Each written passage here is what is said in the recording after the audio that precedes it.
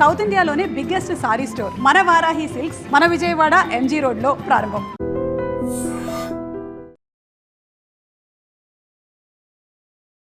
నటభూషణ శోభన్ బాబు నటించినటువంటి సోగ్గాడు చిత్రం ఈ సంవత్సరానికి 50 ఏళ్లు కంప్లీట్ చేసుకుంటోంది. గోల్డెన్ జూబ్లీని సెలబ్రేట్ చేసుకోబోతోంది డిసెంబర్ 19.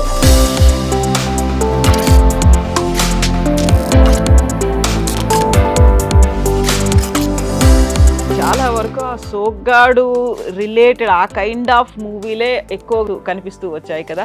అలాగే వైట్ అండ్ వైట్ వేసుకోవడం, ఒక ధోతి కట్టుకోవడం, లేకపోతే గ్లామరస్ రోల్లో అయితే ఎక్కువ శోభన్ బాబు గారు కనిపించేవారు. కుక్కలేనున్నా చంద్రుడు ఒకటి అన్నట్టు సోనో గారికి ఒక ప్రత్యేకత అంతే. అది శోభన్ బాబు గారు సినిమా అంటేనే యూజువల్ గా ఇద్దరు హీరోయిన్లు ఉంటారు అనేది. ఎవరైనా ఒకళ్ళే ఉండాలి, లేకపోతే కాంప్రమైజ్ గొడవలు లేకుండా ఉండాలి అనేది సబ్జెక్ట్. కానీ ఆయనకి ఎక్కువ బ్యాడ్ నేమ్ రాకుండా అలా కలిసి వచ్చింది అనమాట. ఆయన సినిమాలకు ఎన్ని సినిమాలకు మీరు కెమెరామెన్ గా చేశారు? ఆపరేటివ్ కెమెరామెన్ దగ్గర 10 సినిమాలు అసిస్టెంట్ ఆపరేటివ్ చేసేవాడు. ఇంకోటి అసలు ఆశ్చర్యకరమైన విషయం ఏంటంటే ఆయన సినిమా కూడా ఆయన ఒకసారి 2 సార్లు చూసిన వాళ్ళని సెకండ్ షో కూడా వెళ్ళొద్దని చెప్పేవాళ్ళు. ఒకసారి చాలానే వాళ్ళ వద్దనేవాళ్ళు కాదు, సెకండ్ షో. సోగ్గాడిని కంపేర్ చేసుకుంటారా, దానికంటే డిఫరెంట్ గా ఉండాలని చూసేవాళ్ళ? డిఫరెంట్గా ఉండాలి, ఆ రేంజ్ లో హిట్ అవ్వాలి అని ఒక ఫీల్ ఉంటుంది కదా. స్టోరీ డిస్కషన్ లో కూడా ఒక చిన్నది ర్యాప్ వచ్చింది అనుకో, హీరో అనండి లేకపోతే ఎవరైనా. డిసెంబర్ 19 మీకు ఒక పండుగ రోజు, 50 ఏళ్ళు కంప్లీట్ అవుతున్నాయి. ఆ తర్వాత జనవరి 14 ఏమో మేము అందరమేమో దాన్ని సంక్రాంతి అనుకుంటాం. దగ్గర మరి 1 మంత్ అటు ఇటు తేడాతోనే. నమస్తే, నేను Kavitha, welcome to I dream. నటభూషణ శోభన్ బాబు నటించినటువంటి సోగ్గాడు చిత్రం ఈ సంవత్సరానికి 50 ఏళ్లు కంప్లీట్ చేసుకుంటోంది. గోల్డెన్ జూబ్లీని సెలబ్రేట్ చేసుకోబోతోంది డిసెంబర్ 19. సోగ్గాడు 1975లో రిలీజ్ అయినప్పుడు కలెక్షన్ల పర్వం సృష్టించింది. బాక్స్ ఆఫీసుల దగ్గర రికార్డులను కూడా క్రియేట్ చేసింది. అప్పటి మెమరీస్ గురించి పంచుకోవడానికి మనతో పాటుగా ఉన్నారు executive producer and cameraman Javvaji Balakrishna గారు. బాలకృష్ణ గారు నమస్కారం అండి. మీకు ఐటీఎం ప్రేక్షకులకు కూడా నమస్కారం అమ్మా. ఎలా ఉన్నారు మీరు? బాగున్నాను. సోగ్గాడు సినిమా 50 ఏళ్ళు కంప్లీట్ చేసుకుంటోంది. సోగ్గాడు శోభన్ బాబు గారు అని తెలియక ముందు నుంచి కూడా మీరు వాళ్ళు పక్కింట్లో ఉండేవాళ్ళు, ఇరుగు పొరుగు ఇళ్లలో ఉండేవాళ్ళు, మీ నైబర్ ఆయన. సో ఫస్ట్ టైము ఆయన్ని చూసినప్పుడు శోభన్ బాబు గారు అంటే మా పక్కింట్లోనే ఉంటారు అని అనుకునేవాళ్ళు, కానీ వెరీ ఫస్ట్ టైం అరే ఈయన ఇంత పెద్ద స్టారా ఎప్పుడు అనిపించింది మీకు? అంటే యాక్చువల్గా అమ్మ పక్కింట్లోనే ఉండేవాళ్ళం, ఒకే ఊరు ఒకే పక్కిళ్ళు. అయితే ఆయన రిలీజ్ అయిన సినిమాలు ఏం చేసేవారంటే 75లో సోగ్గాడికి మనం ముందు జీవన్ జ్యోతి రిలీజ్ అయినాయి. మైలవరంలో చాలా టూరింగ్ షాప్ థియేటర్ ఉండేది అన్నమాట, టూరింగ్ టాకీస్ థియేటర్. దానికి ఏం చేసేవాళ్ళంటే సోనో గారు ఫాదర్ మదర్ వీళ్ళందరూ అంటే ఆ ఫ్యామిలీ మెంబర్స్ అందరు కలిపి ఒక ఎడ్ల బండిలు 2-3 ఎడ్ల బండిలు పెట్టుకునేవాళ్ళు. బాబు సినిమా వచ్చిందని వాళ్ళ అమ్మ నాన్న చెప్తారు కదా, అప్పుడు మమ్మల్ని పక్కన ఉన్న ఫ్యామిలీని ఆ ఎడ్ల బండిలో ఒక 5-6 పడతారు అనుకోమా, ఎంతవరకు పడతారో అంతవరకు తీసుకొని ఒక ఫ్యామిలీ సినిమా చూసేవాళ్ళు. వాళ్ళ అమ్మ నాన్నగారు మీరు అందరూ కలిసి ఎడ్ల బండిలో వెళ్ళేవాళ్ళు. మా ఊరు చాలా చాలా పల్లెటూరు, అసలు దారి కూడా లేదు. వర్షం గట్టిగా పెద్ద వర్షాలు వస్తే ఇంకా దారి కూడా లేదు అప్పట్లో. నేను ఇప్పుడు కొంచెం ఇంకా డెవలప్ అయింది అనుకున్నామా. ఆ రోజుల్లో ఇలా ఎడ్ల బండిలో ఎంతమంది పెడితే అంతమంది అలా వెళ్ళేవాడు అనమాట. అప్పుడు వీళ్ళ బాబు హీరో, సినిమా చూస్తున్నాం అనే ఆలోచనతోనే ఉండేది, నాకు అంత తెలిసేది కాదు. తర్వాత సోగ్గాడు విజయవాడలో ఫస్ట్ టైము నాకు తెలిసి ఇండస్ట్రీలోనే ఓపెన్గా చేసింది విజయవాడలో ఇందిరాగాంధీ స్టేడియంలో గ్రౌండ్ లో చేశారు, ఓపెన్ ఆడిటోరియంలో. అప్పుడు ఏంటంటే ఇక బస్సు ఒకటి పెట్టారు. బస్సు పెట్టేటప్పటికి నేనంతా 10 years 11 years అటు అనుకున్నాం. అందరితో పాటు ఎక్కేస్తాం కదా మేము కూడా, అందులో పక్క ఫ్యామిలీ. ఇంకోటి విషయం ఏంటంటే 1972లో మా అన్నయ్య జేవేల్ నరసింహారావు గారు ఆయన దగ్గర మేనేజర్కి వెళ్ళారు. అయితే ఇంకా మా ఫ్యామిలీ కంపల్సరీగా ఎంతో కొంత ఇంపార్టెంట్ ఉంటుంది. మేము కూడా నేను ఆ బస్సులో ఎక్కేసి వెళ్ళిపోయాను. వెళ్ళిపోయితే ఇప్పుడు లోనికి వెళ్తే ఇంత పాసులు ఇంత ఎవరు ప్రజెంట్ ఇప్పుడు ఉంటుంది, కానీ అప్పుడు నాకు అంత తెలిసేది కాదు. ఎందుకు ప్లస్ ఇంకా అఫిషియల్గా వెళ్ళాను కదా, వాళ్ళ బాబాయిలు వీళ్ళందరితో పాటు ఈ బస్సులో ఉన్న మా హీరో గారి తాలూకంటే ఆటోమేటిక్గా మీకు ఎప్పుడైనా ఆ రెస్పెక్ట్ అలానే ఉంటుంది కదా, తీసుకెళ్ళిపోయేవాళ్ళు. లోనికి వెళ్తే అది ఒక రాకపోయినా ఎంతమంది జనం, ఆ ఫంక్షన్ ఏంటి అనేది అర్థమయ్యేది కదనమాట. అప్పుడు ప్రజెంట్ గెస్ట్ ఎవరంటే ఇప్పుడు ప్రభు గారి హీరో, చాలా మందికి తరం తెలుసు, తమిళ్లో హీరో ప్రభు గారి ఫాదరు శివాజీ గణేశన్ గారు, మా ఊరు ఎమ్మెల్యే సల్మో వెంకటరావు గారు, వీళ్ళు కొంతమంది సినిమా ప్రముఖులను పిలిచారు. అలానే మా ఊరు ప్రెసిడెంట్ గారు, అప్పటికి ఆయన సోనో గారికి బాబాయ్ రిలేషన్ అవుతారు. వాళ్ళ సోనో గారి బాబాయ్ ఆయన పేరు ఉప్పు వెంకటేశ్వర గారు అనమాట. ఆయనకి ఆ టైంలో అసలు 2-3 టైమ్స్ ప్రెసిడెంట్గా ఆయనే. ఇంకా ఎదురుగా అపోజిషన్గా కూడా ఎక్కడ ఎవరు వేసేవాళ్ళు ఉండేవాళ్ళు కాదు. ఆయనకి ఎనామినస్గా ఇచ్చేవాళ్ళు. ఆయనకు ఒక గుర్రం అది ఉండేది. ఆ గుర్రంలో ఆయన ఊర్లో తిరుగుతా లోకల్ ప్రాబ్లమ్స్ అవి తెలుసుకోవటం. అంటే కారు ఇవన్నీ మాకు ఊర్లో చాలా పల్లెటూరు అని చెప్పాను కదా! వెళ్ళేది కదా! ఆయన కూడా ఇంట్రెస్ట్‌గా గుర్రం ఒకటి తెచ్చుకొని సరదాగా ఆయన అలా ఎంటర్‌టైన్‌మెంట్‌కి వెళ్తా ఉండేవాళ్ళు. అందరూ ఆయన గుర్రాన్ని చూసి ఆశ్చర్యపోతూ ఉండేవాళ్ళనమాట. ఇది ఎందుకు విషయం చెప్పానంటే ఈ 100 డేస్ ఫంక్షన్‌లో ఆ బాబాయ్ గారిని కూడా పిలిచాడు ఆయన. పిలిచి అందరూ అయిపోయి ఒక్కొక్క విషయాలు జరిగేటప్పుడు సోమరావు గారు మాట్లాడుతూ ఈ క్యారెక్టరు అమాయకత్వంతో కూడిన పొగరుబోతు క్యారెక్టర్. చాలా అమాయకంగా ఉంటాడండి. అసలు బస్ సోగ్గాడులో శోభనాద్రి క్యారెక్టర్. శోభనాద్రి క్యారెక్టర్. ఎందుకంటే ట్రైన్ ఎక్కడం తెలీదు. వేరే ఊరు వెళ్తుందో తెలీదు. సినిమా చూసిన వాళ్ళందరికీ అర్థమవుద్ది అనమాట. ఇక ఇంగ్లీష్ మాట్లాడటం రాదు. అవన్నీ నాకు తెలియదండి. వ్యవసాయానికి ఏం కావాలో అవి చేస్తానంట. ఆ క్యారెక్టర్ లీనమై ఉంటుంది అనమాట. అమాయకత్వంతో కూడిన పొగరుబోతు. మళ్ళీ ఏమనంటే సోగ్గాడు శోభనాద్రితో పెట్టుకుంటే తిప్పుతూ జాగ్రత్త అనేవాడు అనమాట. ఆ క్యారెక్టర్ని ఆయన ఏం చెప్పారంటే దాంట్లో ఈ సాంగ్ గారిలో నుంచి నేను మా బాబాయ్ నుంచి కొంత తీసుకున్నాను. ఈ సినిమాకి తగ్గట్టుగా దాన్ని మౌల్డ్ చేసుకొని నేను చేయగలిగాను. దీనికి కొంత స్ఫూర్తి మా బాబాయ్ అని చెప్పాడు అనమాట. తర్వాత టైటిల్ ఎలా వచ్చిందనేప్పటికీ సోగ్గాడు అని అందరూ రామారెడ్డి గారు వీళ్ళందరూ డిసైడ్ చేసి ఉంటారు. ఇది సోమనాథ్ చలపతిరావు అసలు పేరు మొత్తం. ఈ సోమనాథ్ చలపతిరావు సోగ్గాడు సోమనాథ్ చలపతిరావు అలా అంటే కొంచెం పెద్ద పేరు అయిపోయింది. పెద్ద పేరు అవుతుంది. ఇది ఏమంటారు దాన్ని ఫాస్ట్గా కూడా ఉండదు. పబ్లిక్ రిసీవ్ చేసుకోరు. దానికన్నా ఆయన సోగ్గాడు శోభనాద్రి అని పెట్టారు. ఇక అది ఏ ముహూర్తాన్ని పెట్టారో తెలియదు. Super duper hit. ఆ టైటిల్ కూడా సూపర్ హిట్ అయిపోయింది. అలానే ఆయన అందగాడు కదమ్మా. అలా అందరూ అందానటుడు సోమరావు గారు సోగ్గాడు శోభనాద్రి అయ్యారు. అప్పుడు ఆయన మాట్లాడుతూ ఉన్నారు. 100 డేస్ ఫంక్షన్ అనేది అయింది. శోభన్ బాబు గారు మాట్లాడుతున్నారు. అప్పుడు మీరు రియలైజ్ అయ్యారా? మా పక్కనే ఉంటారు, ఇంత పెద్ద నటుడా అనుకున్నామా, లేకుంటే ఈ క్రేజ్ ఏంటి, ఇంత పాపులర్ నటుడా, ఇంత జన అభిమానులు ఏంటి అనిపించిందా? అంటే నాకు ఆ టైంలో అంతగా తెలిసేది కాదు. తర్వాత వచ్చిన తర్వాత మేము చెన్నై కూడా వెళ్ళాము. ఈ 100 డేస్ ఫంక్షన్కి వెళ్ళాను. మా అన్నయ్య అక్కడ ఉండటం వల్ల మా అన్నయ్య ఇంటికి వెళ్ళేవాళ్ళం. చక్కగా ఇంట్లో ఫ్యామిలీలో వాళ్ళ ఇంటితో పాటు తిరిగేవాళ్ళం. ఆయన చేసిన సినిమాలు మాకు అక్కడ మళ్ళీ ఆయనకు థియేటర్ ఉంది, సుభాషిణి థియేటర్ అని. ఆ థియేటర్ తీసుకెళ్ళి సినిమాలు చేయించేవాళ్ళు. ఏం చేయించేవాళ్ళు అక్కడ కార్లో వెళ్ళేవాళ్ళు. అక్కడ కార్లో వాళ్ళ బాబు గారి కార్లోనే ఆడపిల్లలు మేము పిల్లలు అంతా మేము వాళ్ళ పిల్లల్ని అక్క అన్నయ్య అంటాం అనమాట. అందరం కలిసి ఆయన ఆ సినిమా మేము వెళ్ళేటప్పటికి రెడీ అయింది అనుకోమ్మా, షో వేస్తారు సోమరావు గారి ఫ్యామిలీ. ఇప్పుడైనా ఎవరికి వాళ్ళు వేసుకుంటున్నారు అనుకున్నప్పుడు అలా వేసేవాళ్ళు. ఆయనకు సోమరావు గారికి ఓన్ థియేటర్, సుభాషిణి థియేటర్ వేసినప్పుడు ఓన్లీ ఆ ఫ్యామిలీ మెంబర్స్కి వేసేవాళ్ళు కదా. మేము కూడా సోమరావు గారి కార్లో అట్లా వెళ్ళేవాళ్ళం. అప్పుడు కూడా నాకు అంత తెలిసేది కాదు. మనంతా ఒక ఊరు, మనం ఎంత బాగా చూసుకుంటున్నారు అని అనుకునేవాడిని. వచ్చి అసలు హీరోయిజం అంటే ఏంటి, హీరో అంటే ఏంటి అన్నీ తెలిసేపటికి కొంచెం నాకు ఇంటర్మీడియట్ వచ్చిన తర్వాత తెలిసిందనమాట. అప్పుడు అవన్నీ గుర్తు చేసుకొని సోగ్గాడు ఫంక్షన్కి వెళ్ళినాయి కానీ, ఇంటికి వచ్చి సినిమాలు చూసినాయి కానీ, ఇంత పెద్ద హీరోతో మనం ఏదో కామన్గా ఇంట్లో తిరిగినట్టు తిరిగామా, దీనికి ఇండస్ట్రీకి ఇంత ఇది ఉంటుందా అనేది అప్పుడు నిజంగా కొంచెం ఇంటర్మీడియట్ తర్వాత ఎక్కువ తెలుసుకోగలిగాను. ఆయనకి అప్పుడున్న పాపులారిటీ ఏంటి, ఆయనకి ఎంతమంది ప్రేక్షకులు ఉన్నారు, ఎంతమంది ఎదురు చూస్తూ ఉండేవాళ్ళు ఆయన సినిమాల కోసం. అవును, ఇదేమో 75 సోగ్గాడు. నేను ఇంటర్మీడియట్ అయ్యి వెళ్ళేటప్పుడు 84. ఈ 7-8 ఇయర్స్లో మనకి మెచ్యూరిటీ వచ్చింది. ఆయనది కూడా 1/1 అన్ని సూపర్ హిట్ సినిమాలు రావడం. మేము మళ్ళీ అప్పుడు ఇంటర్మీడియట్ కొంచెం వస్తుంది కదా, విజయవాడలో రిలీజ్కే లక్ష్మీ చిత్ర అని ఉండేది. ఆయన కమ్యూనికేషన్లో ఎంత కలెక్షన్స్ ఉన్నా లేకపోతే థియేటర్ ఫుల్ ఉన్నా సరే అక్కడి నుంచి కమ్యూనికేషన్ రాగానే మాకు సపరేట్ సీట్స్ కానీ టికెట్లు కానీ ఇచ్చేవాళ్ళు. వెళ్ళి రిలీజ్ రోజు చూసేవాళ్ళం అనమాట. తర్వాత మాకు అందరూ పరిచయం అవుతారు కమ్మా. ప్రతి సినిమా రిలీజ్కి మ్యాక్సిమం వెళ్ళేవాళ్ళం విజయవాడ. వెళ్ళి రిపోర్టు వాటికి వివరాలు చెప్తూ ఉండేవాళ్ళం అనమాట. మీరు ఈ సినిమాల్లోకి రావడానికి, అందులోనూ కెమెరా పర్సన్గా మీరు చేశారు, ఆ తర్వాత ఎగ్జిక్యూటివ్ ప్రొడ్యూసర్గా చేశారు, వీటన్నిటికీ శోభన్ బాబు ఏనా ఆదర్శం? 100% అమ్మా. ఎందుకంటే ఫస్ట్ 72లో మా పెద్దన్నయ్య గారు వెళ్ళారు. తర్వాత రెండో అన్నయ్య డిగ్రీ చదివి జేబీ రామారావు గారు అని ఆయన ప్రొడ్యూసర్గా ఒక సినిమాలో చేశారు, ఆయన వెళ్ళారు. తర్వాత నాకు కూడా నన్ను డిగ్రీ చదువుకొని రమ్మన్నారు సోమరావు గారు. పర్సనల్గా మాట్లాడినప్పుడు చెప్పారు, మా బ్రదర్ వాళ్ళు కూడా చెప్పారు. కానీ ఇంకా మనం సినిమా దీని మీద ఎక్కువ ఇంట్రెస్ట్తో ఇంకా డిగ్రీ లేదు ఏం లేదు వెళ్ళిపోవాలి అనే ఉద్దేశంతో వెళ్ళిపోయాను అనమాట. ఇంటర్మీడియట్ చదవగానే వెళ్ళిపోయాను. ఇంకా డిగ్రీ ప్రైవేట్గా రాసుకోవచ్చు అని. అప్పుడు నాకు కొంచెం ఎక్కువ ఇంట్రెస్ట్ డైరెక్షన్ మీద ఉండేది.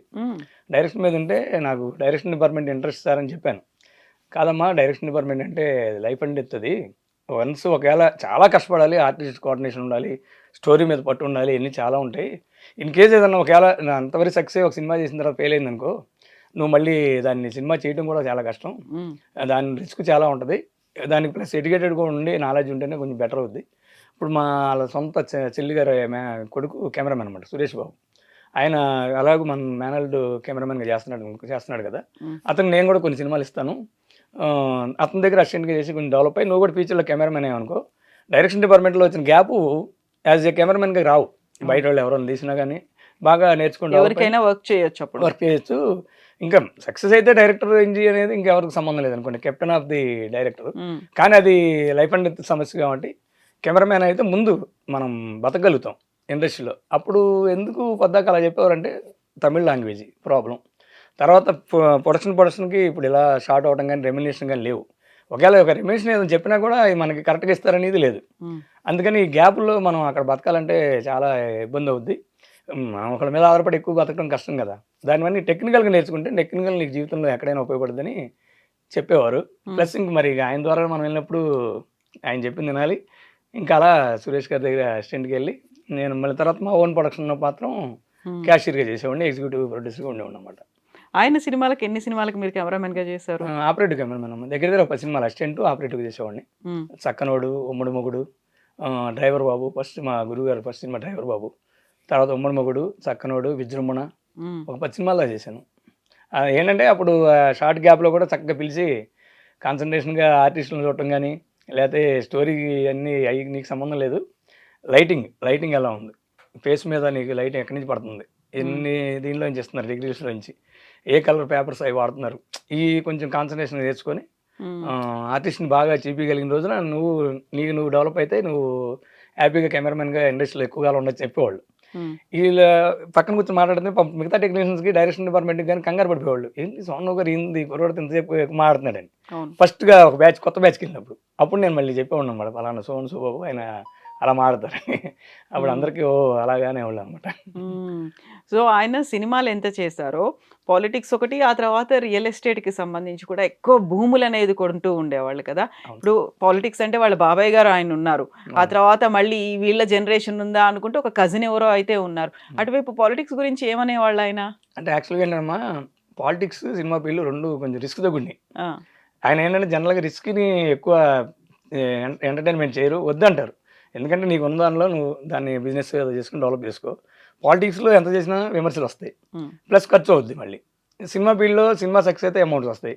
ప్రొడక్షన్ కాస్ట్ నువ్వు ఒక 10 లక్షలు 20 లక్షలు స్టార్ట్ చేసింది ఎక్కువైంది అనుకో, బిజినెస్ రాకపోతే అక్కడ దెబ్బతింటావు. కాబట్టి ఈ రెండు రిస్క్ నువ్వు చేసే కన్నా నీకు ఉన్నదాన్ని నువ్వు సక్సెస్ అయితే ఎవరైనా హ్యాపీయే.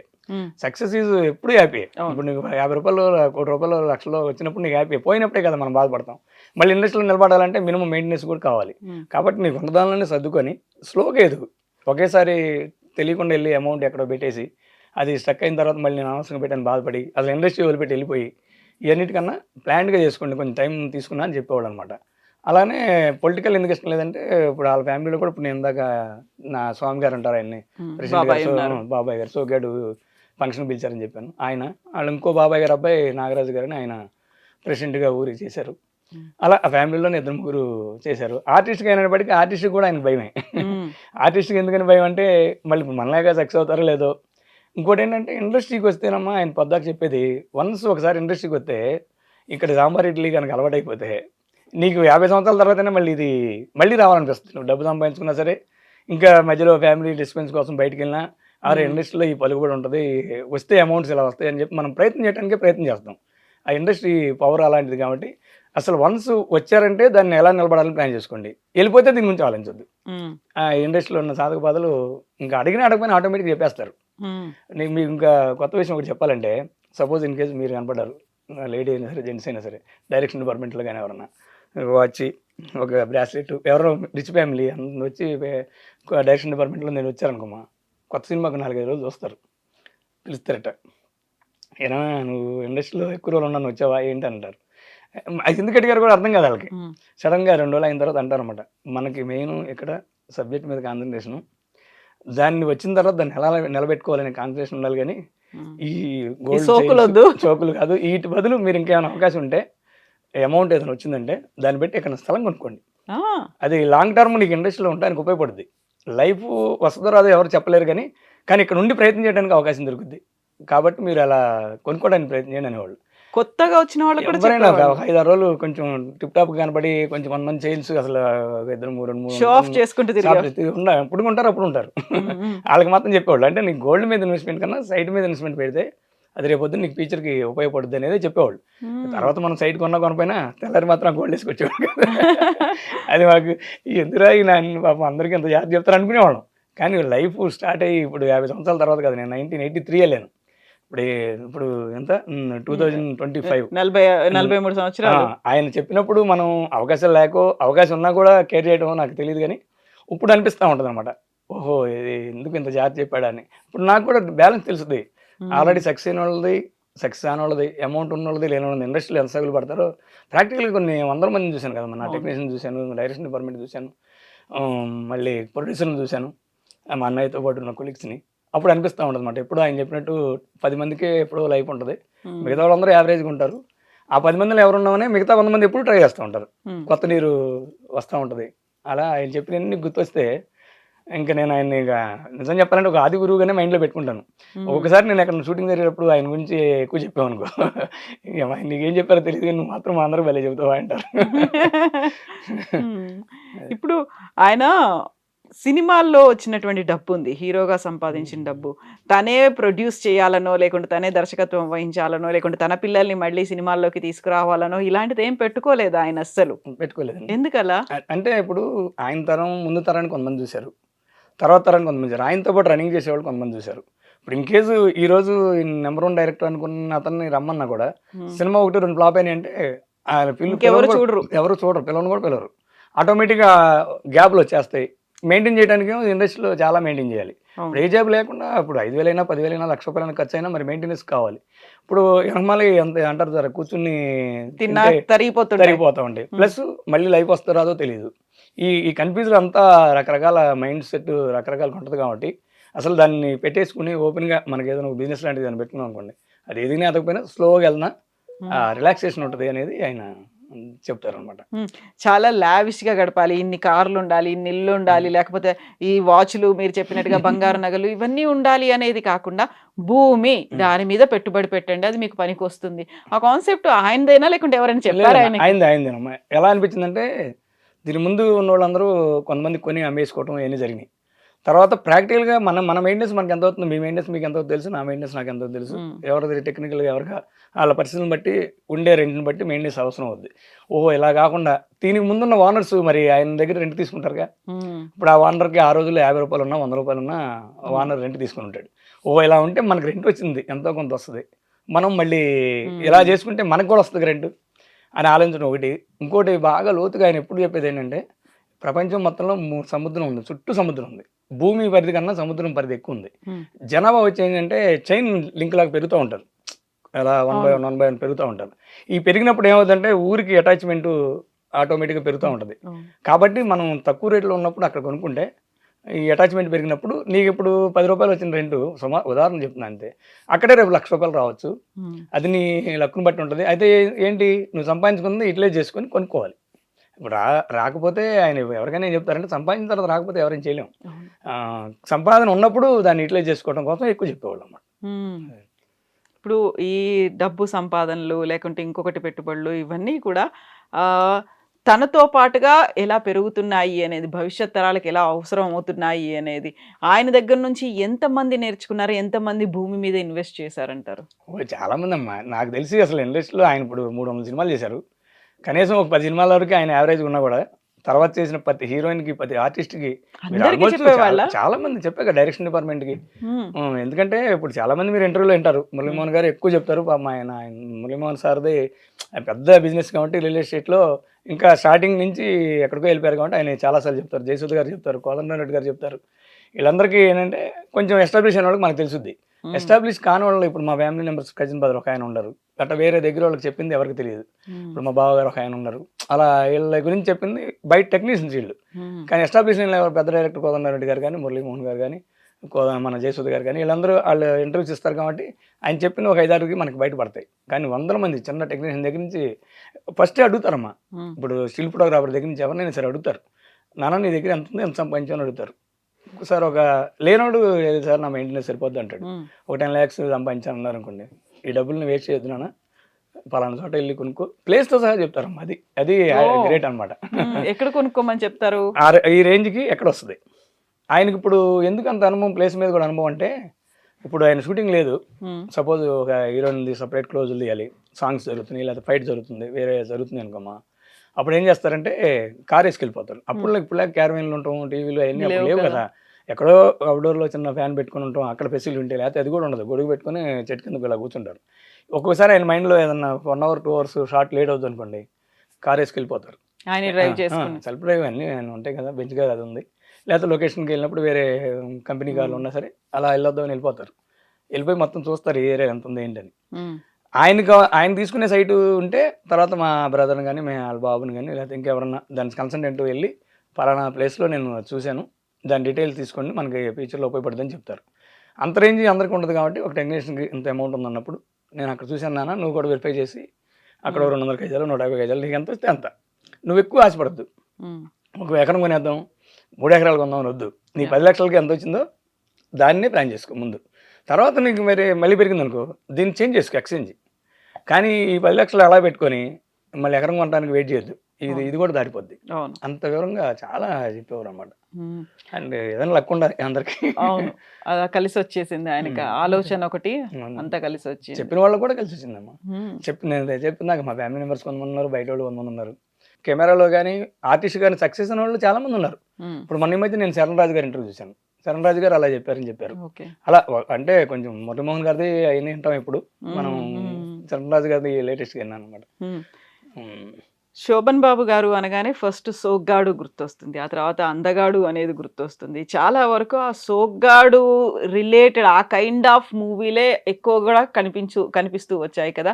అలాగే వైట్ అండ్ వైట్ వేసుకోవడం, ఒక ధోతి కట్టుకోవడం, లేకుంటే పల్లెటూరుగా ఉండడం, ఒక గ్లామరస్ రోల్లో అయితే ఎక్కువ శోభన్ బాబు గారు కనిపించేవారు కదా. అదేం లేదమ్మా, సినీ వినయ్ ఆకాశంలో చుక్కలెన్నున్నా చంద్రుడు ఒకటి అన్నట్టు సోనో గారికి ఒక ప్రత్యేకత అంతే. అది ఆయనకి ఆ గ్లామరు అలా ఉపయోగపడింది. ఆ గ్లామర్ని ఆయన జాగ్రత్తగా మెయింటైన్ చేసుకుంటూ చేశాడు. తర్వాత అప్పుడు ఈ సోగ్గాడు శోభనాద్రి అనే సినిమా రావడం, నిజంగా ఆయన అందగాడు సోగ్గాడు అనుకోవటం, ఆ సినిమా అనుకున్నగా సక్సెస్ అవటం. ఇప్పుడు సురేష్ ప్రొడక్షన్లో దేవత, సర్పయాగం కొన్ని సూపర్ హిట్లు ఉన్నాయి. ఇప్పుడు దేవతలో అసలు మరి ఎల్లు వచ్చి గోదారం అనే సాంగ్ ఇప్పటికీ ఎక్కడైనా అది యాడ్సప్ సాంగ్ అనమాట, సురేష్ ప్రొడక్షన్లో వచ్చిన సినిమా. ఈ సోగ్గాడులోనేమో కొన్ని సూపర్ హిట్ సాంగ్స్ ఉన్నాయి. సోగ్గాడే లేచాడు దుమ్ము దులుపుతాడు అనే సాంగ్. రెండోది ఇంకోటి ఏంటంటే ఒక స్టోరీ దీనిలో రిలేటెడ్గా ఒక సాంగ్ ఉంటుంది. 7 కొండలవాడ వెంకటరమణ ఎంత పని చేసావు తిరుమలేస అని. 7 కొండలవాడ వెంకటేశ ఎంత పని చేసావు తిరుమలేస, చెట్టు మీద కాయను సముద్రంలో ఉప్పును కలిపావని. అంటే అది ఏంటంటే అది ఒక సిచ్యువేషన్ సాంగ్ కదా. ఆ సాంగ్కి మెయిన్ పబ్లిక్లో రిలేషన్ ఎలా ఉండేదంటే ఒక లవర్స్ కానీ ఎవరు ఉన్నారనుకోండి, ఆ టైంకి ఆ సాంగ్ని ఎంజాయ్ చేసేవాళ్ళు, వాడుకునేవాళ్ళు అనమాట. అంటే ఎక్కడి నుంచి కలిపావు, కొంచెం క్యాష్ ఫీలింగ్స్ అవనండి, లేకపోతే పెద్దవాళ్ళు చిన్నవాళ్ళు అవనండి, అది లవ్ సక్సెస్ అయినా అవ్వకపోయినా ఆ సాంగ్ని వాడుకోవడానికి ఉపయోగపడేది. ఆ టైంలో నాకు వేరే 2-3 తర్వాత చెప్పేవాళ్ళు అనమాట. అంటే ఒక్కో టైంలో ఒక సాంగ్ ఉపయోగపడుద్ది యూత్కి. ఈ సాంగ్ ఆ టైంలో ఉపయోగపడింది అనమాట. అది బాగా గుర్తు నాకు, కాలేజీ చదివేటప్పుడు చెప్పుకునేవాళ్ళు అనమాట. సోగ్గాడులో మీకు బాగా నచ్చినది ఏంటి అంటే సోనో గారి కామెడీ ఎంత ఏమీ అసలు ఏం తెలియనట్టుగా అమాయకత్వంగా అన్నీ చేస్తూ ఉంటారు అనమాట. అంటే చాలా త్రిస్టులు ఉంటాయి దానిలో, దాన్ని ఆ త్రిస్టుల్లో తన స్టైల్లో మోడల్గా చేయటం, అసలు ఏమీ తెలియని అమాయకులు లేకుంటాడు. అంటే నిజంగా ఇంత పల్లెటూరు నుంచి వస్తే ఇంత కూడా తెలియదా మన ఊరు వాళ్ళకి ఎంతమంది ఉన్నారు అని అనుకుంటాం ఆ క్యారెక్టర్ చూస్తే. అది బాబు అది క్యారెక్టర్ అని ఆయన అంత తెలియని చూడగలదు, సోనో గారికి ఆ మాత్రం తెలీదా అని అనుకుంటాం జనరల్గా. కొంతమంది తెలియనండి అదేంటి సోనోకి కూడా తెలియదా అంటారు. అది సినిమా ఆయన చెప్పాల్సి వచ్చింది అనమాట. శోభన్ బాబు గారు సినిమా అంటేనే యూజువల్గా 2 హీరోయిన్లు ఉంటారు అనేది, ఒక లవర్ అయినా ఉంటారు, లేకుంటే ఒకరు భార్య, లేకుంటే 2 భార్యలు అవుతారు. ఏంటి ఆ సెంటిమెంట్ ఎందుకలా వర్కౌట్ అయింది? మీరు ఎప్పుడన్నా అడిగారా ఎందుకు బాబు మీకు ఇలా ప్రతి సినిమాలో 2 ఎందుకు ఉంటారు అని? నేను అడగటం కదమ్మా, ఆయనే చెప్పేవారు. ఇప్పుడు ఎందుకంటే బయట ప్రపంచంలో ఎవరైనా ఎక్స్పెక్ట్ చేస్తారా? ఎవరు ఎక్స్పెక్ట్ చేయరు. ఎందుకంటే చిన్న లింక్ ఉందంటేనే గోల చేస్తారు. అలాంటిది ఇది నాకు టైం ఏదో కథ అనుకొని ఏదని అనుకొని నన్ను లైక్ చేస్తారు. ఏమండి ఆవిడ వచ్చింది కానీ లేకపోతే బలరాం కిష్టులు కానీ ఆయన చెప్పేటప్పుడు చెప్పేవారు అనమాట. ఇవన్నీ నాకు మంచి పేరు తెస్తాయని ఆలోచించేవాడినాయా. మరి బలరాం కిష్టులో కూడా యాంటీ క్యారెక్టరే, రాజశేఖర్ గారు సింపతి క్యారెక్టర్, మరి లైక్ చేస్తారు అనుకునేవాడిని. కానీ సినిమా అయిపోయి ఎండింగ్లో ఆయన చేసేది స్టోరీ ప్రకారం ఆయన చేసిన హెల్ప్ ఏమవుతుందంటే క్యారెక్టర్ నిలబెట్టేస్తుంది. ఇప్పుడు ఇక్కడ కూడా ఏంటి ఫస్ట్ ఏం చేస్తారు, 2 ఉంటాం చేస్తారు. దేవ సినిమా నుండి సురేష్ ప్రొడక్షన్స్, లేదా సోగ్గాడులో కూడా 2, జయచిత్ర గారును మనం ఈ సినిమా గురించి మాట్లాడుకుంటే జయసుధ గారు. అప్పుడు ఏమవుతుందంటే స్టార్టింగ్ ఏం చేసినా కానీ ఎండింగ్ ఎవరైనా ఒకళ్ళే ఉండాలి, లేకపోతే కాంప్రమైజ్ అయ్యి గొడవలు లేకుండా ఉండాలి అనేది సబ్జెక్టు. దాంతో ఏమయ్యేదంటే అది చివరి ఎండింగ్ నచ్చేపటికి స్టోరీలో దాన్ని వాళ్ళు ఎక్కువ లైక్ చేసి సోనో గారికి ఈ క్యారెక్టర్ అయితే బాగా చేస్తారు, రిపీట్ చేస్తారని. అందుకని ఆయనకి ఎక్కువ బ్యాడ్ నేమ్ రాకుండా అలా కలిసి వచ్చింది అనమాట. సో ఒక గ్లామరస్ రోల్, చాలా ఇలా చొక్కా నలగకుండా అంటారు చూడండి, కాలర్ చెదరకుండా ఉండేటువంటి, చాలా సింపుల్ గా ఉండేది. హీరోయిక్ ఇమేజ్ ఉండేది, అందగాడు అనేది ఉండేది. ఆ ఇమేజ్ అనేది అసలు ఇంకా ఎవరికి అంతలా రాలేదు. ఇంకా అలా అలవాటైపోయారు ఆయన. ఎందుకంటే చెప్పాను కదా, ఈ పేసు నన్ను హీరోగా నిలబెట్టింది. మనం ఓవర్గా కష్టపడి డ్యాన్సులు వేసినా అయిపోయినా ఫ్యామిలీ రిలేటెడ్ స్టోరీలు చేసుకున్నాం, అది మనకు కలిసి వచ్చింది. ప్లస్ బాగుంటాడు సోమన్ బాబు, అందగాడు అని చూస్తున్నారు కాబట్టి నేను దాన్ని కాపాడుకుంటూ చేయాలనే ఉద్దేశంతో అలాంటి గ్లామర్ రోల్స్ని ఎక్కువ ఇంట్రెస్ట్ పడేవాళ్ళు. 1-2 కక్ష లాంటి సినిమాలు అవి 1-2 ఉన్నాయి, ఫైట్ సీన్స్ ఉండేవి. అవి కొంచెం యావరేజ్ కానీ అనమాట. జగన్ అని కక్ష కొన్ని సినిమాల్లో చేశారు, కొన్ని సక్సెస్ అని, కొన్ని యావరేజ్ కానీ అనమాట. కానీ గ్లామర్కి సంబంధించిన స్టోరీస్ కానీ ఫ్యామిలీ స్టోరీస్ కానీ అన్ని సూపర్ హిట్లు అని అందరికీ తెలిసిందే అనమాట. ఈ జుట్టు ఇలా గిరిజాలు రింగులు తిరిగి ఉండేది, ఆ తర్వాత ఆ మీసాలు కూడా ఉండేది, ఆ ఉండే సన్న మీసాలు కూడా కానీ తిప్పినట్టుగా ఉండేవా మీసాలు, ఒక డిఫరెంట్ లుక్ తో కనిపించేవి కదా సినిమాలన్నీ కూడా. ఫేస్ ప్రొఫైల్ ఫేస్ బాగుంటుంది ఫోటోగ్రఫీలో.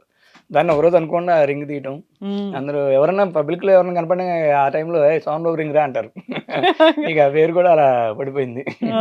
అదే ఇప్పుడు మీరు ఒక మాట అన్నారు, నిజ జీవితాలు అంటే బయట ఇలాంటి రిలేషన్లు ఉంటే ఒక్కరితో మాట్లాడినా కానీ ఇలా ఉండిపోతుందని. శోభన్ బాబు గారి మీద కూడా అలాంటివి వచ్చాయి కదా, రూమర్స్ వచ్చాయి, బోల్డ్ అని గాసిప్స్ మాట్లాడుకునే వాళ్ళు, ఆయనకున్నటువంటి రిలేషన్ అదే ఇది అని. అంటే ఒక్కోసారి కొన్ని కంపల్సరీగా వస్తాయి. దాన్ని మీరు అన్నాను కదా, అదే నిజ జీవితంలోకి వచ్చేప్పుడు సినిమా అప్పుడు ఇంట్లో వాళ్ళైనా ఎవరైనా సినిమా చూసినప్పుడు ఏమనుకోరు.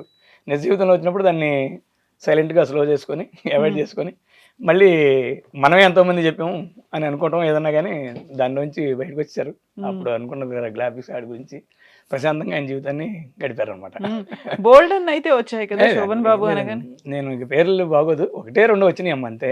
దాన్ని సైలెంట్ గా ఆయన హ్యాపీగా మేనేజ్ చేసుకోగలిగారు, ఎక్కువ కాంట్రవర్సీ కలగకుండా తెలివిగా బయటకు వచ్చారు. అది మాత్రం ఇప్పుడు లేదంటే ఎవరు నమ్మరు. అవును, అది ఎందుకంటే అది ఆ సస్పెన్సా లేకపోతే దాన్ని ఏమంటారో అది అలాగే ఉంది, ఒక మిస్టరీ సీక్రెట్ గా అట్లా ఉంది. అది ఎవరు రివీల్ చేయలేరు, ఎవరికి బయటికి రాదు. కాకపోతే ఆ రిలేషన్ గురించి మాత్రం మాట్లాడుకునేవాళ్ళు. పూర్తిగా మనం మనిషి లోనకెళ్ళి చెప్పేంత పెద్ద వయసు కాదు మాకు, ఆయనతో ఉన్నా కూడా ఎక్కడన్నా మనం రకరకాలుగా వింటాము. దాన్ని కొంచెం ఈ సోషల్ మీడియా వచ్చినప్పుడు కొంచెం ఇంకా వెనక ముందు వెనక ప్రాపర్టీస్ గురించి కానీ రూమర్స్ గురించి కానీ కొంచెం ఎక్కువైనాయి. అప్పుడు దగ్గరగా ఉండడం మేము, అరే మాకు తెలియకుండా ఇవన్నీ ఎక్కడ మాట్లాడుకున్నారు అనిపిస్తుంది. కానీ చెప్పిన వ్యక్తిని మనం వెళ్ళి అడగలేం కదా. అడగలేరు కదా, మీరు అడగలేరు, మేము అడగలేము. ఎవరో ఎందుకు కాంట్రవర్సీకి వెళ్తాం, మళ్ళీ ఎలాగని పని ఎవరు వెళ్ళరు. ఉన్నది కొంచెం కొంతవరకు నిజం, దాన్ని స్లోగా ఆయన ఎక్కడా బ్యాడ్ రాకుండా తన క్యారెక్టర్ని నిలబెట్టుకోవడం కోసం సైలెంట్గా బయటకు వచ్చేసారు. అప్పుడు ఇంట్లో వాళ్ళు ఫ్యామిలీ మెంబర్స్ ఏమనేవాళ్ళు?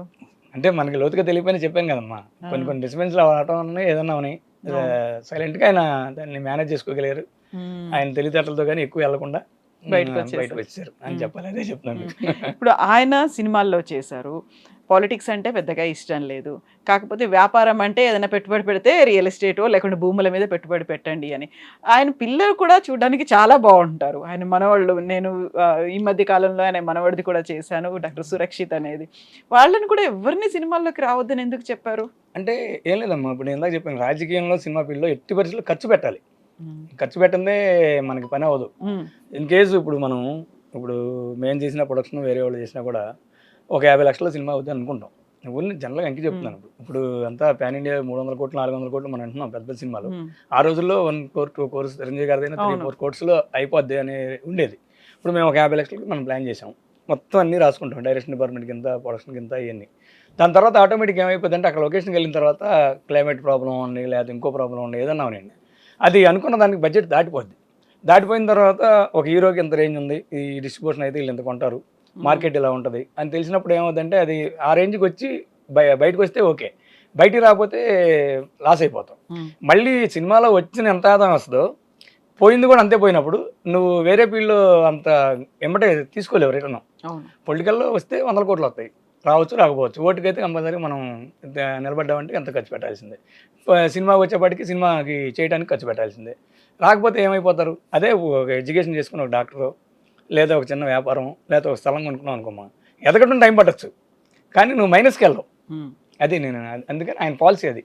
అంటే అందరూ అలా చేస్తే ఇంకా ప్రపంచం ముందుకు వెళ్ళదు. నేను అంతకుముందు కూడా ఒకసారి ఇంటర్వ్యూలో చెప్పాను, ఇప్పుడు సినిమా తీయకూడదు, సినిమా ఫ్లాప్ వస్తుందంటే ఎవరు సినిమా తీరు కదా. నేను 2-3 సార్లు మన సామెత ఉంది, jump some times give good life, jump some times good life, jump చేస్తే గుడ్ లైఫ్ వస్తుంది. అవును కానీ కొంతమంది ఏమంటారు, ఇష్టం లేని వాళ్ళు టక్కన మధ్యలో పడిపోతే. అవును ఇప్పుడు జంప్ చేసి సక్సెస్ అయిన వాళ్ళు 10 మంది ఉన్నారు అనుకో, మధ్యలో పడిపోయిన వాళ్ళు 100 మంది ఉన్నారు. అది ఆ 100 మందిని మామూలుగా పడరు, కాళ్ళు ఇరగొట్టుకుంటారు, చేతులు ఇరగొట్టుకుంటారు, ఏదో అవ్వచ్చు ఇంకా అక్కడ రావచ్చు. దాన్ని బట్టి ఏంటంటే ఈ 90 మంది కనపడరు మనకి. ఎందుకంటే ఇప్పుడు 90 మంది చూస్తే నా లైఫ్ ఎలా ఉందని నేను అనుకుంటాను, మీరు స్టార్ట్ చేయాలి, మీరు అనుకోరుగా. సక్సెస్ అయిందే మీకు కనపడతా ఉంటుంది. అవును ఎందుకంటే సంవత్సరానికి 2-3 సినిమాలు ఏదో ఒకటి డెఫినెట్గా సక్సెస్ వస్తాయి, సబ్జెక్ట్ వలన కానివ్వండి, ఆర్టిస్ట్ వలన కానీ ఏదైనా సరే. అప్పుడు మనం ఎందుకు వెళ్ళకూడదు? లేదంటే ఇప్పుడు ఒక ఆర్టిస్ట్ హీరోది లైఫ్, కొంతమంది డైరెక్షన్ లైఫ్ ఉంటాయి కళ్ళ ముందు, అరే ఇక్కడ ఆయన ఇలా తిరిగేవాడరా కృష్ణనగర్లో, ఇక్కడే బెంజ్లో వెళ్తున్నాడరా అంటారు. మళ్ళీ కొంతమంది ఇక్కడే బెంజ్లో తిరిగాడరా, ఇక్కడే నడిచి వెళ్తున్నాడరా అంటారు. అంటే అంత సెకండ్స్లో మార్చేది ఇండస్ట్రీ.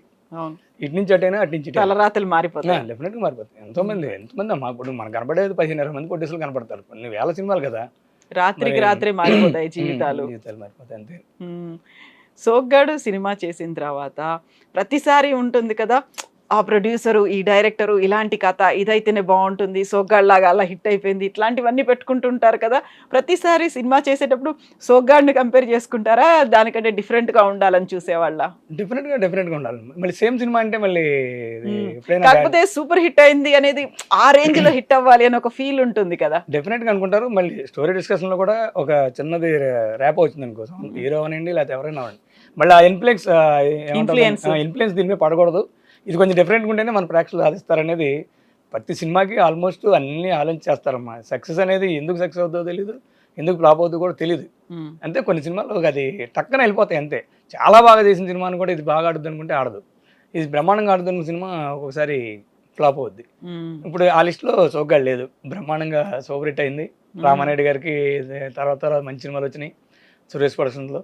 తర్వాత దేవత సూపర్ డూపర్ హిట్ చేశారు. తర్వాత సర్పయాగం మధ్యలో దేవాలయం కూడా ఉంది కదా. దేవాలయం ఆయన కాదు అనుకుంటాం, వేరే హరికృష్ణ గారు అని, ఆయన వేరే ప్రొడ్యూసర్. సురేష్ ప్రొడక్షన్స్ ఆర్టిస్ట్ గా చేసిన దేవాలయంలో శోభన్ బాబు గారు చేశారు. ఆయన ఓకే, సురేష్ ప్రొడక్షన్స్ చెప్తాను. దేవత, సర్పయాగం, ఈ మన సోగ్గాడు ఇవన్నీ ఇంకా ఆ బ్యానర్లో వచ్చినాయి. ముందడుగు కాంబినేషన్లో ఉన్నాయి, అట్లా కొన్ని ఉన్నాయి అనమాట. అంటే కాంబినేషన్ ముందడుగు కృష్ణ గారు, సౌండ్ బాబు గారు కలిసి సింగిల్ గా ఉన్నాయి, కాంబినేషన్లో ఉన్నాయి అనమాట. తర్వాత విడిగా కూడా చాలా చేశారు కదా సురేష్ ప్రొడక్షన్స్, సూపర్ హిట్ సినిమాలు ఉన్నాయి. దేవాలయము, సర్పయాగం ఇవన్నీ కూడా డిఫరెంట్ జానర్ లో వచ్చినటువంటి మూవీస్. కాకపోతే ఎంత చేసినప్పటికీ సోగ్గాడుగా మాత్రం అట్లాగే గుర్తుండిపోయారు, ఎప్పటికీ నిలబడిపోయారు. అట్లా ఏది చేసినా ఇక మనం ఫైనల్ గా ఎడితికి వచ్చినా అందగాడు సోగ్గాడు, అందరూ అందాలన్నట్టు నటభూషణ సోన్ బాబుకి అంతే. ఇక అది అలా ఫిక్స్ అయిపోయింది అంతే. నిజంగా ఉప్పు శోభన చలపతి అనేది తన ఇంటి పేరు, తన పూర్తి పేరు అయినప్పటికి కూడా సోగ్గాడు శోభన్ బాబు అది మాత్రం ఒక ఇంటి పేరు లాగా ఫిక్స్ అయిపోయింది ఇంకంతే. అంతేనమ్మా, ఎటు తిరిగి వచ్చినా ఆ సోగ్గాడు కలుపుతారు. అది రామానాయుడు గారికి ఆ రోజు టైటిల్ నిర్ణయం ఎవరు తీసుకున్నారు, అందరు కలిసి తీసుకుని ఉంటారు. అది అలానే సోన్ బాబు గారికి ఎప్పుడు నిలబడిపోయింది. మళ్ళీ బయట ప్రపంచం కూడా ఎవరన్నా ఉన్నాడు, అదే చాడిగేంటి రా సోగ్గాడు రా అంటారు. అది సోన్ బాబు గారిని కంపారిజన్ అన్నీ జనరల్గా వేసినాయి. ఆడు టిప్ టాక్ ఉన్నాడు అనుకోండి, సోగ్గాడు రాడు వాడికి ఏంటంటారు. అలా కూడా ఆ పేరు ఆ సినిమాకి అలా వచ్చింది అనమాట. ఇప్పుడు మీరు మళ్ళీ December 19, 2025కు 50 ఏళ్ళు కంప్లీట్ అవుతుంది, అంటే గోల్డెన్ జూబ్లీ చేసుకుంటున్నారంటే. ఈ మధ్య కాలంలో అన్ని మూవీస్ రిపీట్ చేస్తున్నారు, రిలీజ్ చేస్తున్నారు కదా, దాంట్లో 4Kలోకి మారుస్తున్నారు, HD ప్రింట్తో వస్తుంది. అట్లా చేయాలనిపించలేదా సోగ్గాడిని? నాకున్న ఇన్ఫర్మేషన్ ప్రకారం అయితే సురేష్ బాబు గారు చేద్దామని అన్నారంట. అంటే పూర్తిగా సార్ మరి ఎలా నిర్ణయిస్తున్నారో తెలీదు, చేద్దామని రిలీజ్ చేద్దామని ఒక ఐడియా ఉందని నాకు మన వాళ్ళు చెప్పారు. అయితే మనకి ఇక్కడ ఏంటంటేనమ్మా, సోన్ బాబు గారికి ఒక అఖిల భారత సేవా సమితి అని, సోన్ బాబు సేవా సమితి అని ఫ్యాన్స్ ఉన్నారు, అభిమానులు ఉన్నారు. ఒక 10 అంటే పేర్లు ఇప్పుడు ఎక్కువ అందరి పేర్లు చెప్పాలి. వీళ్ళు ఏంటంటే ఫస్ట్ నుంచి సోన్ బాబు గారితోనే ఉన్నారు. సోన్ బాబు గారు అంటే ప్రాణం. సోన్ బాబు గారికి ఎందుకు ప్రాణం అంటే వాళ్ళకు కూడా ఈయన ఎలానే చెప్పారు, మీరు సక్సెస్ అవ్వండి జాగ్రత్తగా, నా కోసం ఎక్కువ ఖర్చు పెట్టద్దు, మీరు ఉన్నదానిలోనే మీరు జాగ్రత్త చేసుకొని మీ ఫ్యామిలీ పిల్లల్ని చూసుకోండి అని ఎక్కువ చెప్పేవాళ్ళు. అప్పుడు దీంట్లో ఈ ఫ్యాన్స్కి నచ్చింది ఏంటంటే, ఆయన చెప్పిన మంచితనంలో మేము నిలబడ్డాం. మేము నిలబడిన తర్వాత ఆయన ఉన్నప్పుడు ఎలాగో మనం ఈ కార్యక్రమాలు చేయలే. ఆయన వెళ్ళిపోయిన తర్వాత అయినా మనం కంపల్సరీగా మన ద్వారా ఒక కార్యక్రమాన్ని, మంచి కార్యక్రమాలు చేసి మేము శోభనావు అభిమానులుగా ఇంకా ఉన్నాం మేము అనే దీన్ని ఆయన వాళ్ళు ఈ 10 మంది 15 మంది అనుకొని అప్పుడు మంచి శిల్పకళా వేదికలో పెద్ద ప్రోగ్రాం చేశారు. తర్వాత ఇంకో ప్రోగ్రాం చేశారు. ఇప్పుడు ఈ సోగ్గాడిది కూడా సురేష్ బాబు గారిని అడగడం, సురేష్ బాబు గారు చేద్దామని ఆయన ఎంకరేజ్ చేయడం. తర్వాత మొన్న ఇప్పుడు రేపు 19 కొమరం భీము ఏదో హాల్ ఉందంట అక్కడ, క్యాన్సర్ హాస్పిటల్ హైదరాబాద్, దాంట్లో కొంచెం స్వర్ణోత్సవాలు బాగా ఫ్యాన్స్ అందరితో చేయాలని వాళ్ళ కోరిక అనమాట. జరుగుద్ది, త్వరలో అన్ని అనౌన్స్మెంట్ చేస్తారమ్మా.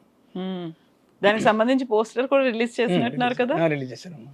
అంటే ఇక నీకు తర్వాత కటన్ రైజర్లు ఇవన్నీ వచ్చినప్పుడు ఇంకా ఎక్కువ పబ్లిసిటీ లాగా చేస్తారు. ఏదైనా సరే అభిమానం వాళ్ళకి నిరూపించుకున్నారు. అలానే కర్నూలులో విగ్రహం సుధాకర్ గారు అని బాబు అని ఆయన విగ్రహం పెట్టారు. రాజమండ్రిలో సోమనాథ్ సేవా సమితి వాళ్ళందరూ విగ్రహం పెట్టారు. విజయవాడలో మధు గారు అని ఆయన ఉన్నాడు. ఆయన అంటే అందరూ కోఆపరేషన్, ఒకళ్ళు కోఆపరేట్ చేసుకుంటే అక్కడ ఫ్యాన్స్ అక్కడ పెట్టారు. మామూలుగా ఆయన ఉన్నప్పుడైతే అలా ఒప్పుకోరు. అప్పుడు జరగలేదు కదా. జరగదు, ఒప్పుకోరమ్మా. యాక్చువల్గా ఏంటంటే ఆయన మళ్ళీ ఇది కూడా సందర్భంగా ఆ సందర్భం చెప్పాలి. ఇన్ కేసు పూల బకే కానీ ఏదన్నా తెచ్చామనుకోండి, బర్త్డే కానీ అలాంటప్పుడు దాన్ని మీరు తేపైనా నేను రిసీవ్ చేసుకుంటానమ్మా. ఇది ఎంతైనా అవని 100 రూపాయలతో మీ పిల్లలకో ఎవరికో స్వీట్ బాక్స్ తీసుకెళ్ళండి, హ్యాపీగా సంతోషంగా తింటారు. నా కోసం తెచ్చిన తేపైనా మీరు నాకున్న అభిమానమే కొండంత అభిమానం కాబట్టి మీరు ఏం తేలేదు అనుకోవద్దు, రిస్క్ చేసి ఏది చేయొద్దు అనేవాళ్ళం. ఇంకోటి అసలు ఆశ్చర్యకరమైన విషయం ఏంటంటే ఆయన సినిమా కూడా ఆయన ఒకసారి 2 సార్లు చూసిన వాళ్ళని సెకండ్ షో కూడా వెళ్ళొద్దని చెప్పేవాళ్ళు. ఒకసారి చాలనే వాళ్ళ వద్దనేవాళ్ళు కాదు, సెకండ్ షోకి వెళ్ళొద్దనేవాళ్ళు. Second show వద్దనేవాళ్ళు. అంటే రిలీజ్ అప్పుడు మనం చూసాం అనుకోమా, మళ్ళీ తెల్లారి ఒక్కోసారి 10 సార్లు చూసేవాళ్ళు ఉంటారు ఫ్యాన్స్. వాళ్ళని చెప్పేవాడు అనమాట సెకండ్ షోకి వెళ్ళొద్దని. ఎందుకు సెకండ్ షోకి వెళ్ళొద్దంటే ఇప్పుడు మీరు ఆఫీస్ జాబ్ చేసి వస్తారు, ఫ్యామిలీ ఇంటి దగ్గర ఏదో వాళ్ళు పని చేసుకునే వాళ్ళు ఉంటారు. మీరు సెకండ్ షో చూస్తే 12:30కి వెళ్ళాలి ఇంటికి. మళ్ళీ పొద్దున్నే వాళ్ళు లేచి మీ క్యారేజీలు రెడీ చేయాలి. మీరు సినిమా చూడండి కానీ వన్స్ రిపీట్ సెకండ్ షోకి వెళ్ళొద్దు. మళ్ళీ ఇంకో శని ఆదివారంలో ఎప్పుడో మార్నింగ్ షో మ్యాట్నీకి వెళ్ళండి. కొత్త వాళ్ళు చూస్తారు సినిమా బాగుందన్నప్పుడు అని అప్పుడు చెప్పేవాళ్ళ ఇలా కంపల్సరీగా అమ్మా. నువ్వు నమ్మవు, నేను ఆయన దీనిగా మరి ఎంత ఎక్కువ వద్దు నాకైతే తెలీదు. ఒకరోజు తెలిసింది మేము సెకండ్ షోకి వెళ్ళామని. నేను సోమరావు గారి తమ్ముడు కొడుకు ఇద్దరం వెళ్ళాం. కారులోన సైకిల్ వేసుకెళ్ళాం సరదాగా. వారం తర్వాత ఇప్పుడు తెలిసింది, బాలకృష్ణ ఏం జరిగిందా మొన్న ఏం షూటింగ్ అన్నారు. పెద్ద ఆయన అడుగుతున్నారు కదా ఏంటని. ఏం లేదు సార్, మరి మన షెడ్యూల్ ఇంకా నెక్స్ట్ షెడ్యూల్ 10 రోజులు టైం ఉందన్నారు అన్న. టైం ఉందా, ఓకే ఓకే. మొన్న ఎక్కడికి వెళ్ళారమ్మా రాత్రి అన్నారు. అంటే ఇంకా నాకు అర్థమైపోయింది ఆయన ఏం చెప్తారో కూడా నాకు తెలియదు. ముందు విషయం బయటకు వచ్చాక తెలిసేది. ఏం సార్ మేము త్రినాథ్ అని వాళ్ళ తమ్ముడు గారు అబ్బాయి ఇద్దరం సెకండ్ షో సినిమాకి వెళ్ళాం సార్ అన్న. వెళ్ళారా, బాగా వెళ్ళారు, ఓకే ఓకే. సైకిల్ వేసుకెళ్ళారంటగా. ఇంద్ర ఇలా అడుగుతున్నారు, కొంచెం లోన భయం మళ్ళీ ఇదేని. అప్పుడు చెప్పారన్నమాట, నాన్న షూటింగ్ లేదని చెప్పావు, నువ్వే పగలు ఖాళీగానే ఉన్నావు, మీ ఇద్దరు కలిసి వెళ్ళండి సినిమాకి వెళ్ళి. నేను వెళ్ళండి, ఇంగ్లీష్ సినిమా, హిందీ సినిమా, తమిళ సినిమా ఏదైనా వెళ్ళండి. సెకండ్ షోకి వెళ్ళి వచ్చి మళ్ళీ ఇంట్లో వాళ్ళని తలుపు కొట్టి లేపి, ఇప్పుడు నువ్వైనా మా బ్రదర్ ఇంట్లో ఉంటాను, నాయన వాళ్ళ ఇంట్లో ఉంటారు కదా, లేపి వాళ్ళని డిస్టర్బెన్స్ చేసి ఇవన్నీ ఇప్పుడు ఎవరు మీ ఇంట్లో వాళ్ళు ఎవరు చెప్పలేరు, మీరు తెలుసుకొని మీరు ఎలా వెళ్ళాలంటే. తర్వాత నేను నిజంగా చెప్తే నెంబర్ 30 ఏళ్ళుగా సెకండ్ షోకి వెళ్ళా. అవునా? ఇప్పటికి కూడా వెళ్ళలేదు నేను. ఎందుకంటే ఆ రోజు చూడబోతే 2 రోజు చూస్తాం. అంటే అప్పుడు ఉన్న ఎగ్జైటింగ్ కూడా మనకు తగ్గిపోయింది. ఇప్పుడు ఫస్ట్లో సోమరావు గారి సినిమా కంపల్సరీ చూడాలని, ప్లస్ ఏజ్ బట్టి చూడాలి అని ఒక ఫీల్ ఉంటుంది యూత్లో. తర్వాత తగ్గిపోవడం ఒకటను. రెండోది ఆయన చెప్పిన మాట కూడా వినిపిస్తూ ఉంటుంది. ఇంకా బ్యాడ్ హ్యాబిట్స్ కూడా అంతే. ఆయన చాలా జాగ్రత్త చెప్పేవాళ్ళు, అవన్నీ తిరుగుతూ ఉంటాయి. అంటే ఒకటి 100% ఇది కరెక్ట్ అని ప్రపంచంలో భూమి మీద సోమరావు గారు చెప్పలేరు, ఎవరు చెప్పలేరు, అది బ్రహ్మదేవుడికే తెలియాలి. కానీ జాగ్రత్తల్లో మాత్రం మన ఇంట్లో మన కరెక్ట్ అనేది మాత్రం నా అనుభవంతో నేను తెలుసుకున్నాను. ఒక్కొక్కళ్ళకి చెప్తా ఉంటాను కూడా నేను. అది పర్సనల్గా వాళ్ళ ఇష్టం, ఎవరి ఇష్టం వాళ్ళది. ఇంకా కొంతమంది వింటారు జాగ్రత్తగా, కొంతమంది సర్లే బాబాయ్ నడుతూ ఉంటాయి ఇలా అంటూ ఉంటారు. చాలా వరకు ఏంటంటే ఇప్పుడు సినిమాలు అంటేనే రికార్డ్స్ అనేవి చూస్తాము, లేకుంటే ఎన్ని సెంటర్లలో ఎన్ని 100 days అయింది, ఎంత కలెక్షన్స్ వచ్చాయి, ఇవన్నీ చూసుకుంటున్నప్పుడు మీరు వెళ్ళకండి బాబు సెకండ్ షోకి అని చెప్పేవాళ్ళు ఎంతమంది ఉంటారు. మీరు మీ ఆరోగ్యమే కాదు మీ ఇంట్లో వాళ్ళ గురించి కూడా ఆలోచించుకోవాలి, వెళ్ళొద్దు అని చెప్పేవాళ్ళు. అదే సినిమాకి వెళ్ళొద్దని అంటే మళ్ళీ ఎవరో వేరే అపార్థం చేసుకుంటారు. అదే సెకండ్ షోకి వెళ్ళొద్దు, రిపీట్. ఇప్పుడు ఆయన దగ్గరికి వస్తారు, సార్ నేను 14 సార్లు చూశాను సార్ గోరింటాకు. నేను నిజం చెప్పాలంటే నేను కూడా 12 సార్లు చూసాను గోరింటాకు మా మైలవరం థియేటర్లో. అంటే ఇప్పుడు సెకండ్ షోకి వెళ్తాం, మాకు ఊరికి దారి లేదు కాబట్టి మేము మ్యాట్నీ కానీ ఫస్ట్ షో కానీ చూసి వచ్చేవాళ్ళం. సెకండ్ షోకి వెళ్తానికి కుదరదు, ఊళ్ళో వాళ్ళే రావాలి, షాపులు మూసేసిన కానీ వాళ్ళు కానీ. ఇప్పుడు రిపీట్ అయిన వాళ్ళు సెకండ్ షోకి గట్ట 14 సార్లు చూసినప్పుడు 1 సారి 2 సార్లు నువ్వు ఓకేనాయా, తర్వాత నీకు ఆఫీస్ నుంచి లేదా షాప్ అయిపోయి వెళ్ళిపోయి నువ్వు సెకండ్ షోలో కూర్చుంటే ఇంటికాడ ఎలా ఇబ్బంది పడతారు, నా సినిమా అయినా సరే అనేవాళ్ళు అనమాట. అది అలా అంటే ఇక్కడ దీంట్లో గ్రహించాల్సింది అదే అన్నమాట. సో జాగ్రత్తగా ఉండాలి అనే దాంతో పాటుగా ఇంట్లో వాళ్ళు ఎదురు చూస్తూ ఉంటారు కదా, వాళ్ళు పాపం పొద్దున్న లేచి పని చేసుకోవాలి, పిల్లలకి క్యారేజీలు కట్టాలి, ఇవన్నీ వివరం నీకు మళ్ళీ ఒక సింపుల్గా వదిలితే అర్థం చేసుకోరని దానిలో ఉన్న ఇబ్బందులు కూడా వివరంగా చెప్పేవాళ్ళు. ఇప్పుడు సైట్లు కొంటే లాభమేంటి చెప్పాను మీకు, 50 రూపాయలు రావచ్చు, 100 రూపాయలు రావచ్చు, 1,00,000 రూపాయలు రావచ్చు రేపు ఫ్యూచర్లో, లేకపోతే ఏమొద్ది ఇక్కడ ఉండాలంటే. అలా ఇప్పుడు చెప్పినవన్నీ ఇప్పుడు నేను ఈ 50 సంవత్సరాల్లో నా కళ్ళ ముందు చెప్పాను కదా, టెక్నీషియన్స్ ఎంతమంది వెళ్ళిపోయారు, ఎంతమంది బాధపడుతున్నారు, ఎంతమంది సక్సెస్ అయ్యారు, చూస్తూ ఉంటాం కదా నేను కూడా. అందుకని అలా అంటాను. ఆయన చెప్పిన మాటలు ఇప్పుడు తిరుగుతూ ఉంటాయి, ఇది కరెక్ట్ కదా అంటే. సక్సెస్ అయినోడికి ఆయన అంత చెప్పింది వినిపించదు, సక్సెస్ కానివాడికి కొంతమందికి అర్థం చేసుకుంటుంది. ఫైనల్గా ఏమనుకుంటే ఎవరైనా అదృష్టం బట్టి ఎవరు అదృష్టం వాళ్ళు అనుకుంటాం. ఫైనల్గా అల్టిమేట్ అదే. అవును, నిజమే. సో అదృష్టాలు వీటన్నిటి గురించి మాట్లాడుకున్నప్పుడు ఆయన సినిమాలు మానేశారు, సడన్ గా మానేశారు. ఎందుకని మానేశారు? అదే నేను అందుకని ఇప్పుడు బ్రహ్మదేవుడు కూడా చెప్పలేడు అనే మాట దీనికి ఎందుకు కనెక్ట్ చేశానంటే, ఆయన మార్నింగ్ యోగా చేస్తారు, తర్వాత చాలా లిమిట్ ఫుడ్ తింటారు, ఈవినింగ్ సరదాగా ఆయన ప్రాపర్టీస్కి హ్యాపీగా విజిట్ చేసి వస్తారు. ఇంకొక ఏజ్ దాటిన తర్వాత మనం ఈ యూత్ బ్యాచ్ ఇచ్చారు అందరూ. యూత్ బ్యాచ్ వచ్చిన తర్వాత వాళ్ళ టైం వచ్చేసింది. మనం యూత్లో ఉన్నప్పుడు మన టైం ఉంది, తర్వాత వాళ్ళకి వచ్చేసి వాళ్ళకి అప్పచెప్పేసేద్దాం. మనకున్న ప్రాపర్టీని మనం జాగ్రత్త చూసుకుంటూ రిలాక్స్గా కాలాన్ని గడుపుదాం. ఇప్పుడు డ్యాన్సులు చేయడం, ఫైట్లు చేయడం, ఈ రిస్కులు ఇవన్నీ మనకి ఎందుకు, ఇంకా సరిపడా రిలాక్స్గా అయిపోయాం, భగవంతుడు ఇచ్చింది మనం చూసుకున్నాం. ఇలా రిలాక్స్గా ఉండి హ్యాపీగా హెల్త్ చేసుకొని, వాళ్ళ ఫాదర్ 89 దాకా బతికారు, వాళ్ళ తాతగారు కూడా 90+. ఈయన కూడా ఏమనుకున్నారంటే, వాళ్ళు అసలు ఇవన్నీ ఏం చేయలేదు, ఊళ్ళో ఉండేవారు, నేను ఇంకెక్కడ ఎక్సర్సైజ్ చేయడం కానీ బ్యాడ్ హ్యాబిట్స్ కానీ ఇంకేం లేవు, చాలా కంట్రోల్గా ఉంటాను కాబట్టి నాకు పర్లేదు అని అనుకునేవాళ్ళు. అనుకోకుండా 73 ఏజ్కి చనిపోయారు ఆయన. అంటే నేను ఏమంటానంటే అదే, ఇప్పుడు నిజంగా ఆయన సావు అయితే 100% బ్రహ్మాండమైన సావు. హీరోగా వచ్చారు, హీరోగా ఎదిగారు, బ్రహ్మాండమైన కోట్లు సంపాదించుకున్నారు, హ్యాపీగా పెద్ద సక్సెస్ అయ్యారు, ఏమి ఇబ్బంది లేకుండా చనిపోయారు. అది అలా అనిపిస్తూ ఉంటుంది. కానీ మళ్ళీ మనం రివర్స్లో ఆలోచించినప్పుడు, అరే ఈయన తాతయ్య అంటే, మేము తాతయ్య అంటాం వాళ్ళ నాన్నగారిని, తాతయ్య 89 బతికాడు, వేరే ఆయన 90 ఏళ్ళు వచ్చాయి, ఈయన 73కి కొంచెం ఎర్లీకి వెళ్ళిపోయారు అని మళ్ళీ ఇట్లా వచ్చినప్పుడు అనిపిస్తూ ఉంటుంది. కానీ అల్టిమేట్ ఏంటి, సృష్టిలో ఏం జరగదో అదే జరుగుతుంది, ఎంత జాగ్రత్తగా అనేదే మేము ఒక్కోసారి డిస్కస్ చేసుకుంటాం. సో ఇప్పుడు సోగ్గాడు 50 ఏళ్ళ సెలబ్రేషన్స్కి మీ ప్లానింగ్స్ ఏంటి, ఏం చేద్దాం అనుకుంటున్నారు? అందరినీ ఫ్యాన్స్ని వీళ్ళందరూ కలిపి ఫ్యాన్స్ని పిలిచి కొంచెం సన్మానం చేయడం, సురేష్ బాబు గారికి సన్మానం, ఇంకా 2-3 రకాలుగా ప్లాన్ చేస్తున్నారు. ఒక పాస్ ఉన్న వాళ్ళకి బాగా వేరే అభిమానులకి ఇచ్చి పిలవడం, దాన్ని కొంచెం 1 by 1 అనౌన్స్ చేస్తా అంటున్నారు రేపు ఈ వారంలో. డేట్ అయితే దగ్గర పడింది. ఇంకా సోనబాబు అభిమానులందరికీ ఆల్మోస్ట్ ఇన్ఫర్మేషన్ వెళ్ళిపోయినాయి. ఇంకా తర్వాత ఫైనల్గా ఈ 2-3 రోజులు అందరికి చెప్పేసి సోగ్గాడిని స్వర్ణోత్సవాన్ని బ్రహ్మాండంగా జరపాలని కోరుకుంటున్నారు. వాళ్ళ ఫ్యామిలీ మెంబర్స్ వస్తున్నారా? ఓన్లీ ప్యూర్గా అభిమానుల మధ్య? ఆయన బాబు కూడా వద్దని అంటారు యాక్చువల్గా, ఎందుకని అంటారు. కానీ వీళ్ళంటే ఇక అభిమానం, ఇప్పుడు మనకి ఒక్కొక్క హీరోకి ఎంత అభిమానం ఉంటుందో మనం చూస్తాం, ఆ అభిమానం వీళ్ళు పంచుకోవడానికి వస్తారు అంతే. దాన్ని మనం పర్సనల్గా ఓన్లీ అభిమానమే. ఆ అభిమానంతో మనం ఒక ప్రోగ్రామ్ చేయాలి. మనం ఇంకా హీరో గారికి రాఘవేంద్ర గారు పోయినసారి ఒక ఫంక్షన్లో అన్నారు, సోను గారు చనిపోయి 8 రోజులు అయిందా, ఎంతమంది ఫ్యాన్స్ వస్తారా అని నేను అనుకోలేదు, ఇంకా ఎంతమంది ఉన్నారా అని అన్నారు. అలా గుర్తు. అవును కదా. మరి సురేష్ బాబు గారైనా అడిగినప్పుడు ఆశ్చర్యపోతారు కదా, సడన్గా ఏంటి అని అనుకుంటారు. గుర్తు చేసి చేద్దాం సార్ అంటే ఆయన సౌహృదయంతో ఒప్పుకోవడం కూడా కాంబినేషన్కి అన్నిటికీ సోగ్గాడు కుదిరిందనమాట. December 19 మీకు ఒక పండుగ రోజు, 50 ఏళ్ళు కంప్లీట్ అవుతున్నాయి. ఆ తర్వాత January 14 ఏమో మేము అందరమేమో దాన్ని సంక్రాంతి అనుకుంటాం. కాకపోతే దానికి బోనస్ అడిషనల్గా శోభన్ బాబు గారి బర్త్డే కూడా January 14 కదా. సో ఆ 2 పండుగలు కలిసి వస్తున్నాయి ఆ రోజు.